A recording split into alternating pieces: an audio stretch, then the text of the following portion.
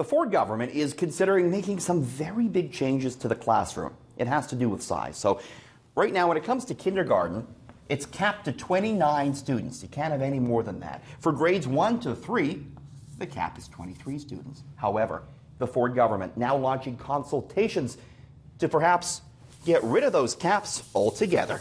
Can you see the lines? It's in boxes.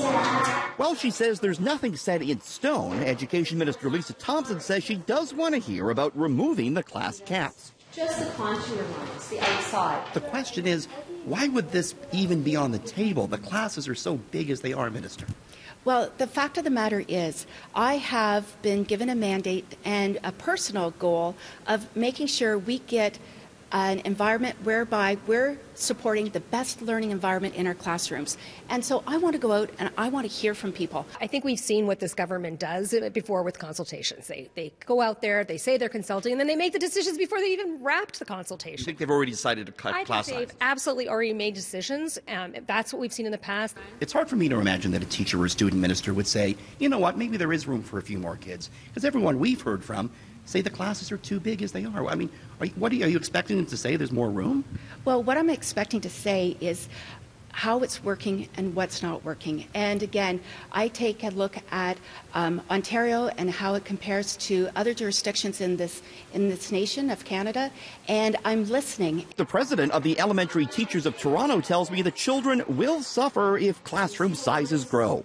We know, and that's the reason why we negotiated for class size caps, that students who receive more individualized instruction have greater success. How would a student in kindergarten to grade 3 notice if the class was bigger? So it might mean that the students aren't getting that individual learning how to read time or learning their numeracy skills at the early age that they need to be learned. Students would suffer. Then there's the issue of all-day kindergarten. We asked the education minister if that is on the chopping block. Is your government still committed to full-day kindergarten?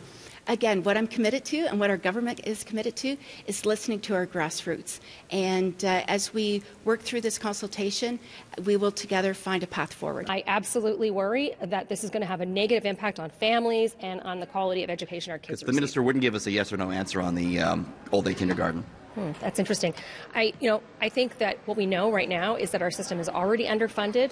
Full-day kindergarten has been great for kids in this province, but we need smaller class sizes. So the government should be looking at how to improve our education system. When it comes to education cuts, we asked the minister if it's fair to say that everything's on the table. I think it's fair to say that I am open to discussions with our partners on every issue. So clearly things are starting to get a bit tense between Queen's Park and the teachers, but tensions could be ratcheted up even more this fall when the province looks to renegotiate a new contract with the teachers union.